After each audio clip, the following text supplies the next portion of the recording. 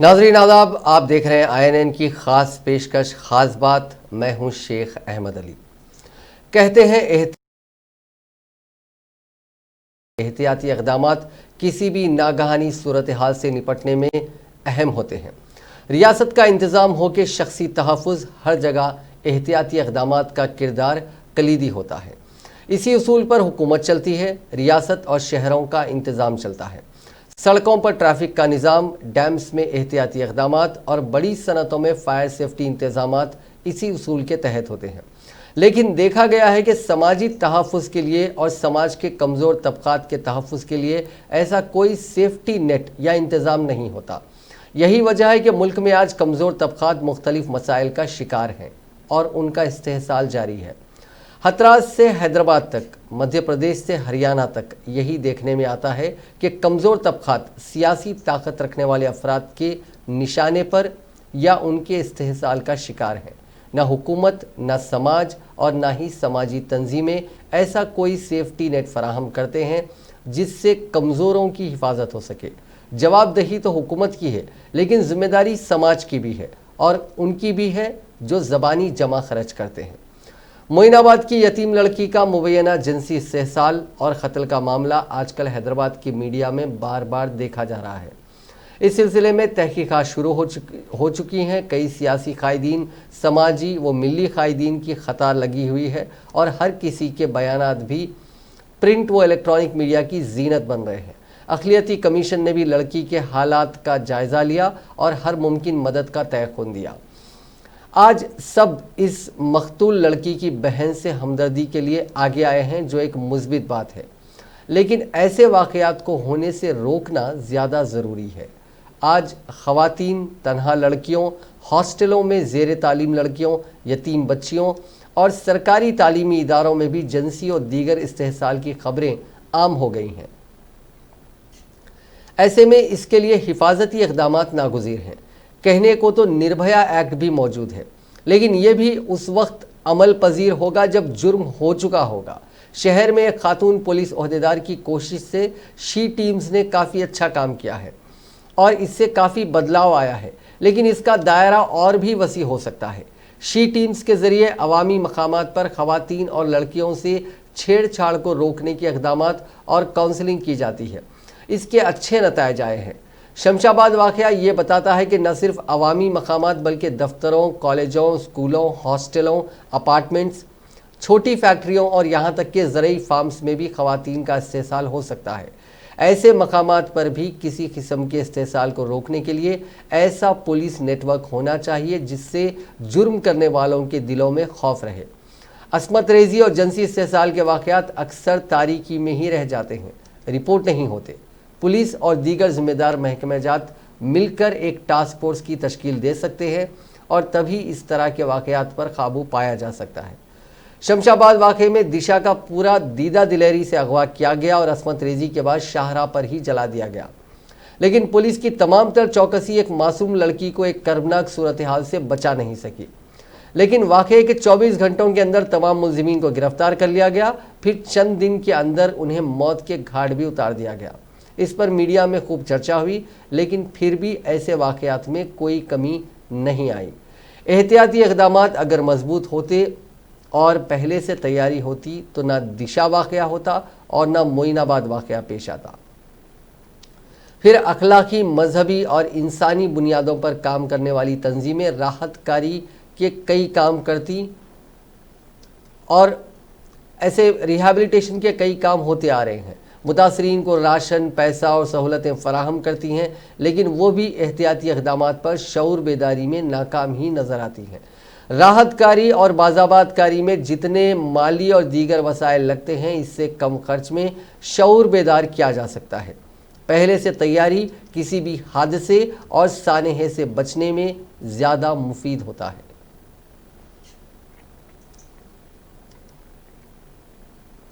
हाथरस के जिस गांव में एक 20 साला दलित लड़की के साथ मुबैना तौर पर इज्तिमाई असमत दरी और कत्ल का मामला पेश आया, आज उसी गांव में मुतासरा लड़की के घर के करीब मुलजिमीन के हामी नाम नेहाद आला ज़ात के लोगों ने एक आम मीटिंग की।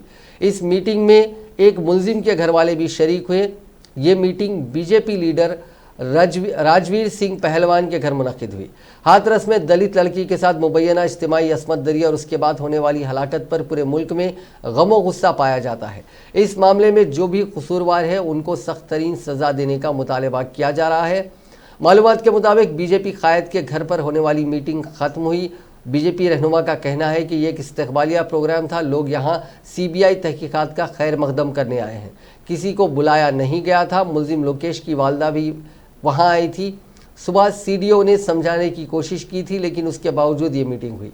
वाज़ेह है कि मुतासिरा दलित लड़की का 29 सितंबर को दिल्ली के एक हॉस्पिटल में इलाज के दौरान इंतकाल हो गया था। जिस तरह से मकामी पुलिस ने इस मामले को संभाला था, इस पर योगी हुकूमत की जमकर तनकीद हो रही है। पुलिस ने उजलत में रात के 2 बजे दलित लड़की की आखिरी रसूमात अदा कर दी। इस दौरान मुतासिरा के अहले खाना भी मौजूद नहीं थे। इस सिलसिले में बहुत सारे सवालात उठ रहे हैं। मीटिंग के मुंतज़मीन में से एक ने कहा कि हमने पुलिस को मीटिंग के बारे में बताया है। मुतासिरा लड़की के अहले खाना के खिलाफ भी FIR दर्ज की जानी चाहिए। मुल्जिमान को निशाना बनाया गया है।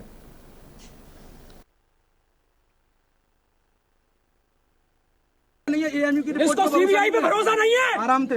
इसको SIT पे भरोसा नहीं है, इस पे कानून पे भरोसा नहीं है। क्या एक बार मुलाकात कर, हम तुझे भरोसा दिलाएंगे। जो तू यहाँ राजनीति कर रहा है ना, तुझे भरोसा दिला देगा दौड़िया। ठाकुर घर में पैदा होना, एक बार भरोसा दिला बेटा हमारा। तेरे मुलाकात करने तेरे भाई आए बड़े, आजा जल्दी आ।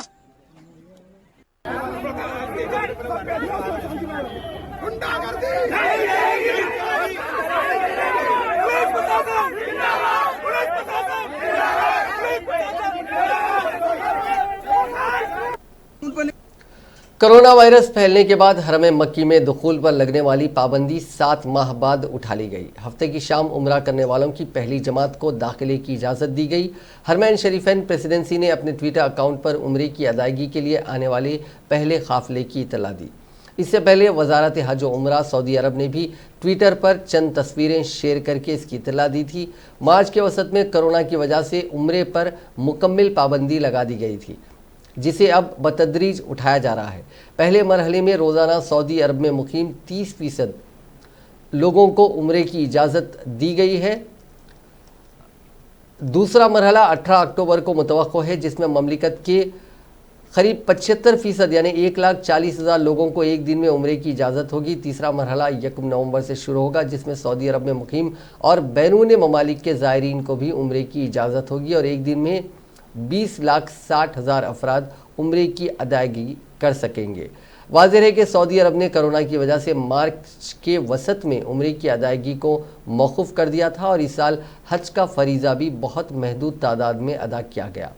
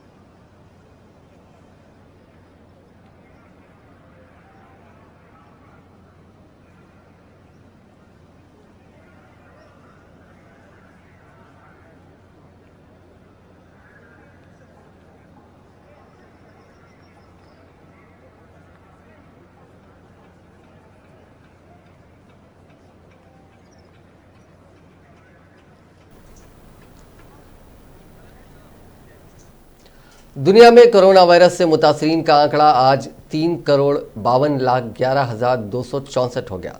राहत की बात यह है कि इनमें से 2,61,97,391 लोग ठीक भी हो चुके हैं। अभी 79 लाख 74,379 मरीजों का इलाज चल रहा है। मरने वालों का आंकड़ा 10,39,194 के पार हो चुका है। ये आंकड़े worldometers.info के मुताबिक हैं। इसी बीच रूस में 24 घंटे में इन्फेक्शन के 10,499 नए केसेस मिले हैं और 107 लोगों की जान गई है। 15 मई के बाद से एक दिन में सबसे ज़्यादा मुतासरीन मिले हैं। मुल्क में अब तक 12,15,000 मरीज मिल चुके हैं और 21,358 लोगों की मौत हो चुकी है। कोरोना पॉजिटिव होने के बाद अमेरिकी सदर डोनाल्ड ट्रंप को मैरीलैंड के वॉल्टर रीड हॉस्पिटल में भर्ती कराया गया है। उन्हें हल्का बुखार, सर्दी और सांस लेने में कुछ परेशानी बताई गई है। डॉक्टर्स ट्रंप का इलाज एक ऐसी एंटीबॉडी ड्रग से कर रहे हैं जो फिलहाल दूसरे कोरोना मरीजों के लिए मौजूद नहीं है।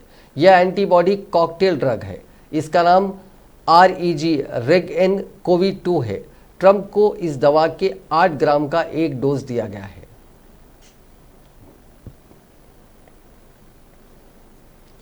हिंदुस्तान में गुज़िश्ता 24 घंटों के दौरान कोरोना वायरस के 75,000 से ज़ायद नए केसेस सामने आने से मुतासरीन की मजमूई तादाद 65,49,000 हो चुकी है, जबकि 82,000 से ज़्यादा शिफायाब हुए हैं, जिससे ये तादाद यानी शिफायाब होने वालों की तादाद 55 लाख को पार कर चुकी है।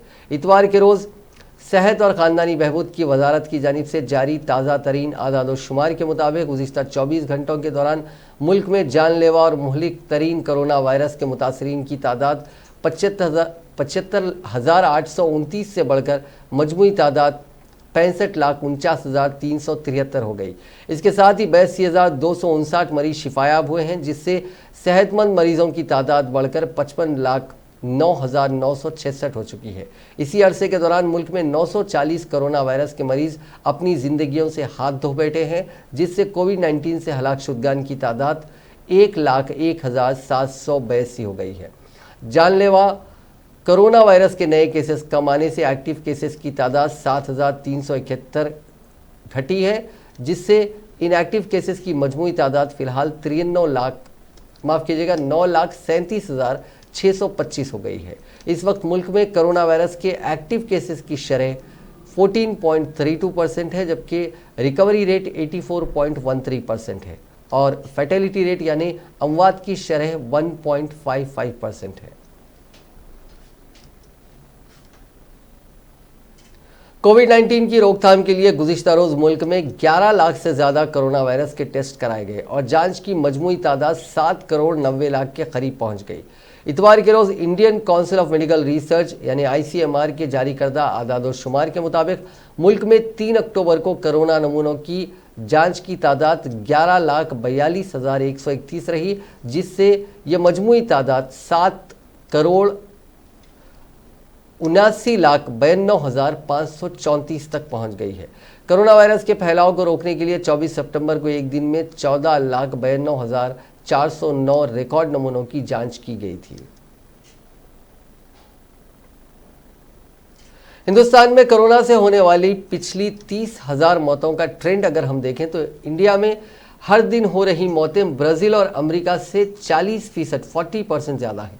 इस रफ्तार से अगर मौतें होती रहीं तो हिंदुस्तान ब्राज़ील को 127 और अमेरिका को 346 दिनों में पीछे छोड़ देगा।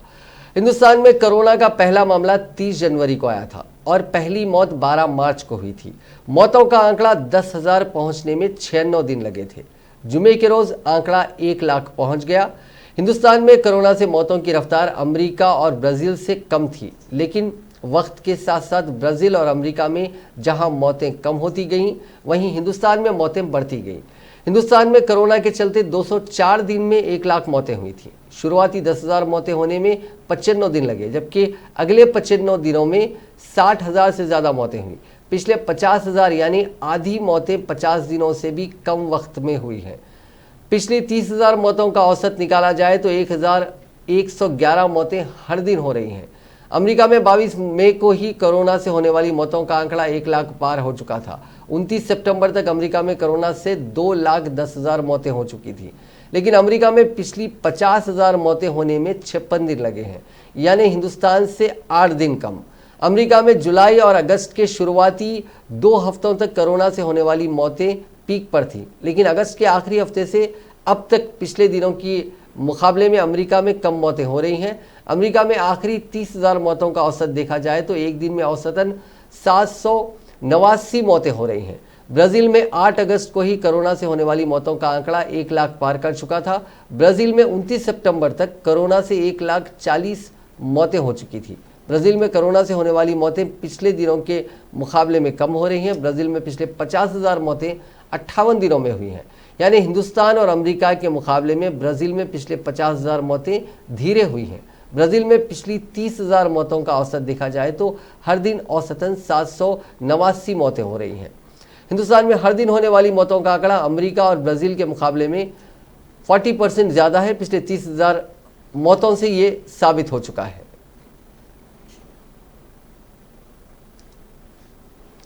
तेलंगाना में कोविड-19 के मुस्बित मामलात में खतरे कमी दर्ज की गई है। रियासत में 1949 नए मामलात दर्ज किए गए हैं, जिसके बाद रियासत में मामलात की तादाद बढ़कर 1,99,276 हो गई है। रियासत में बहैसियत मजमूई अमवात की तादाद बढ़कर 1,163 हो गई, क्योंकि गुज़िश्ता 24 घंटों के दौरान मजीद 10 अमवात हुई हैं। महकमे सेहत की जानिब से जारी करदा बुलेटिन में कहा गया है कि रियासत में अमवात की शरह 0.58 यानी 0.58% है, जबकि मुल्कगीर सतह पर अमवात की शरह 1.6% है। कोरोना से 2,366 मरीज रुबे सेहत हुए हैं, जिसके बाद रुबे सेहत होने वालों की तादाद बढ़कर 1,70,212 हो गई है। गुज़िश्ता 24 घंटों के दौरान 51,623 कोविड के मायने किए गए, ताहम 569 नमूनों की रिपोर्ट्स का इंतजार है। बहैसियत मजमूई 32,05,249 नमूनों की जांच रियासत में इस मर्ज के फैलने के बाद से की गई। जीएचएमसी हुदूद में 291 नए मामला दर्ज किए गए हैं, जिसके बाद जिले रंगारेड्डी में 156, मेडचल मलकाजगिरी में 150, नलगुंडा में 124 और करीमनगर में 114 नए मामला दर्ज किए गए हैं। बकिया मामला रियासत के दीगर अजला में दर्ज किए गए हैं। मरकजी वज़ीर सेहत व ख़ानदानी फलाह व बहबूद डॉक्टर हर्षवर्धन ने इतवार को बताया कि वजारत एक लाहे अमल तैयार कर रहा है, जिसके तहत सभी रियासतों और मरकज़ के ज़ेर इंतज़ाम रियासतें उनकी आबादी और ग्रुपों की फहरिस्त पेश करेंगे जिन्हें पहले कोरोना वैक्सीन दी जानी चाहिए। इस माह के आखिर तक इस फहरिस्त के पूरे होने के इम्कानात हैं। डॉक्टर हर्षवर्धन ने संडे संवाद एक प्रोग्राम में बताया कि हुकूमत जंगी सतह पर इस सिमत में काम कर रही है, जबकि कोरोना वैक्सीन तैयार हो तो लोगों के दरमियान इसकी यकसान तकसीम यकीनी बनाई जाएगी। दुनिया के दीगर ममालिक की तरह मरकजी हुकूमत भी इस बात पर तवज्जो दे रही है कि किस तरह हर शख्स को कोरोना वैक्सीन मुहैया कराया जाए। इसके लिए आला सतही माहिरीन का ग्रुप तश्कील दिया गया है, जो कोरोना वैक्सीन के सभी पहलुओं पर तवज्जो दे रही है। उन्होंने बताया कि वजारत सेहत रियासतों के साथ मिलकर एक खाका तैयार कर रहा है कि कोरोना वैक्सीन पहले किन लोगों को दी जाए। वजारत फ़िलहाल एक फॉर्मेट तैयार कर रहा है, जहां रियासती हुकूमतें उनकी आबादी और ग्रुपों की फहरिस्त पेश करेंगी जिन्हें कोरोना वैक्सीन पहले दी जानी चाहिए। इसमें अगले मोर्चों पर डटे रहने वाले कोरोना से नबरद आज़मा सेहत से मुताल्लिक़ अहलकारों और कोरोना टेस्ट, ट्रैक और ट्रीट की हिकमत अमली के निफाज करने में शामिल मुलाजिमीन शामिल होंगे। उम्मीद है कि ये फहरिस्त अक्टूबर के आखिर तक तैयार हो जाएगी।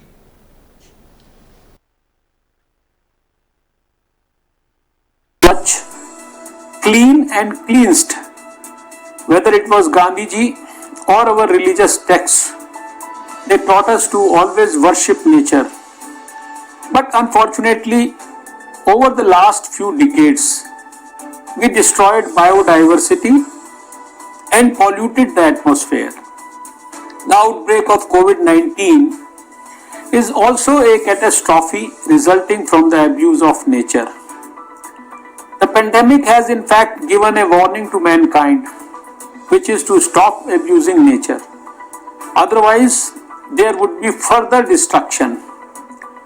That is why Gandhiji and his thrust on protection of nature and cleanliness becomes more and more relevant today, especially in the context of COVID-19 pandemic.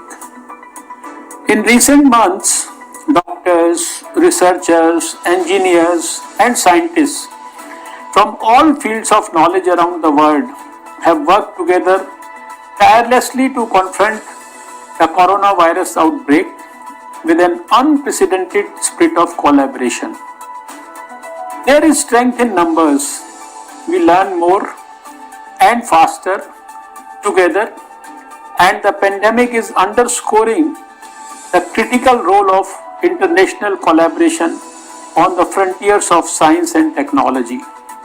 Today, COVID-19 has not only raised the expectations we have of science, it has also accentuated the fact that global challenges require global solutions. The most significant need of the hour is to build a mass movement on safe hands. Hindustan में कोविड-19 से मुतासिर होने वाले करीब 3,18,000 मरीजों ने 4,880 करोड़ का health insurance claim किया है। जराये के मुताबिक मुख्तलिफ इंश्योरेंस कंपनीज को 29 सितंबर तक 3,18,000 क्लेम्स मौसूल हुए हैं और जुमला 4,880 करोड़ रुपए की रकम हेल्थ इंश्योरेंस के तहत क्लेम की गई है। ये क्लेम्स न सिर्फ बड़े शहरों बल्कि दही इलाकों से भी मौसूल हुए हैं। 29 सितंबर तक इनमें से 1,97,000 क्लेम्स सेटल भी कर दिए गए हैं, जिनकी मजमूई रकम 1,964 करोड़ रुपए की है। इनमें से 1,710 करोड़ के 1,35,000 क्लेम्स अकेले महाराष्ट्र से आए थे, जबकि 32,830 तमिलनाडु से और 27,913 क्लेम्स गुजरात से आए। ICICI सिक्योरिटीज की एक रिपोर्ट के मुताबिक इस माशी साल के खत्म यानी मार्च 2021 तक कोविड-19 के इलाज पर हेल्थ इंश्योरेंस के तहत 10,500 करोड़ रुपए के क्लेम्स किए जा सकते हैं। हेल्थ इंश्योरेंस कंपनीज ने 10 जुलाई को कोरोना कवच नाम से एक नई पॉलिसी का ऐलान किया था, जिसमें 50,000 से 5 लाख तक का इंश्योरेंस कवर है। इस सिलसिले में insurance regulatory and development authority of India ने 26 जून को गाइडलाइंस जारी की थी। ज़राए कानून की मुखालिफत में मुल्क में सियासत गर्म हो चुकी है। गुज़िश्ता हफ्ते से किसानों की तरफ से इस बिल की मुखालिफत पंजाब में सियासत के गलियारों में ज़ेर बहस बनी हुई है। इसी दौरान पंजाब के चीफ हरीश रावत के दौरे पंजाब के बाद कांग्रेस पार्टी के रहनुमा राहुल गांधी भी महाज लेते हुए पंजाब में 3 रोज़ा रैली पर आए हैं। ज़राए कानून की मुखालिफत में हो रही किसानों की नकलो हरकत से राहुल गांधी की वाबस्तगी इस मामले को मज़ीद गर्म करती दिखाई देती है। अपने पंजाब के दौरे के पहले दिन राहुल गांधी ने मोगा में एक रैली से खिताब करते हुए कहा कि वज़ीर आज़म नरेंद्र मोदी पिछले 6 सालों से आवाम से झूठ बोल रहे हैं। अगर ये कानून किसानों के लिए बनाया गया है तो फिर किसान इसकी मुखालिफत क्यों कर रहे हैं? कांग्रेस पार्टी किसानों के इस एहतजाज की मुकम्मल हिमायत करती है। कांग्रेस के साबिक सदर राहुल गांधी ने किसानों के साथ इन नए बिल्स को धोखा करार दिया। उन्होंने कहा कि इन खवानीन की मदद से 23 अरबपति किसानों को 23 अरबपति जो लोग हैं उनको किसानों की ज़मीन और फसलों पर इख्तियार दे दिया जाएगा। कांग्रेस रहनुमा ने कहा कि कोरोना दौर में इस बिल को नाफिज करने की क्या ज़रूरत थी। हम किसानों के साथ हैं, किसानों को ख़त्म नहीं होने देंगे। जब हमारी हुकूमत आएगी तो तमाम खवानीन ख़त्म कर दिए जाएंगे।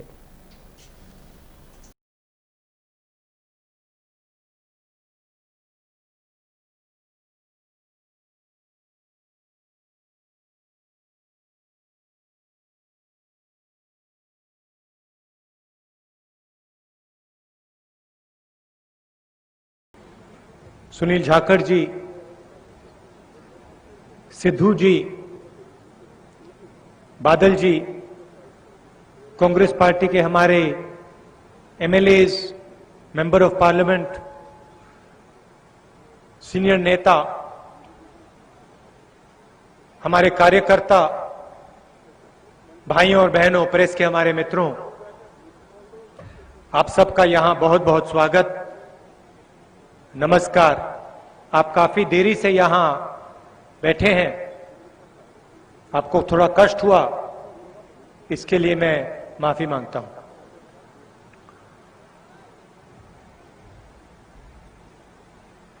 छह साल से दिल्ली में नरेंद्र मोदी जी की सरकार है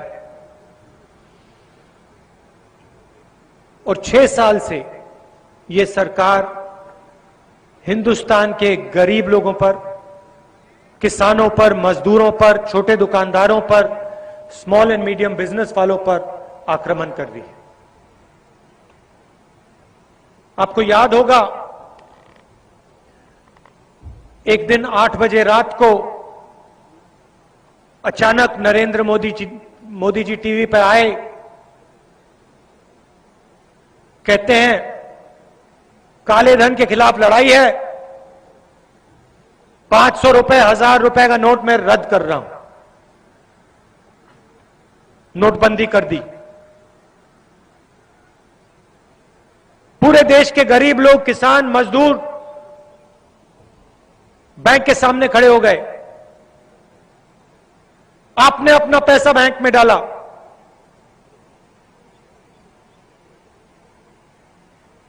लाइन में 1 अरबपति नहीं खड़ा था। कुछ लाइन में ना सहाफियों अदानी समेत कश्मीर के 40 सहाफी दहशतगर्दों के निशाने पर हैं। इंटेलिजेंस एजेंसियों के जराये के मुताबिक दहशतगर्द तंजीमों ने कुछ आला सहाफियों की फेहरिस्त तैयार की है, जिनमें 40 के करीब कश्मीरी सहाफी शामिल हैं जो उनके निशाने पर हैं। इस फेहरिस्त के मंजर आम पर आने के बाद इंटेलिजेंस एजेंसी ने सिक्योरिटी फोर्सेस को अलर्ट कर दिया है, क्योंकि दहशतगर्द वादी में प्रेस की आज़ादी पर काबू पाने के लिए उन सहाफ़ियों को निशाना बनाने का मंसूबा बना रहे हैं। इंटेलिजेंस एजेंसियों की रिपोर्ट के मुताबिक ग्रेटर कश्मीर के एडिटर फैयाज कालू का नाम भी दहशतगर्दों की हिट लिस्ट में शामिल है। दहशतगर्द नहीं चाहते हैं कि वादी का मीडिया सर उठाए और वहां के लोगों की आवाज़ बुलंद करे।